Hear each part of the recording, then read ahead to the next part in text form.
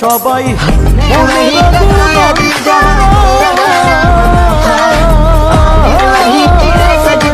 যার ব্যথাসেনি যেই ব্যথি অন্য জনের বোঝা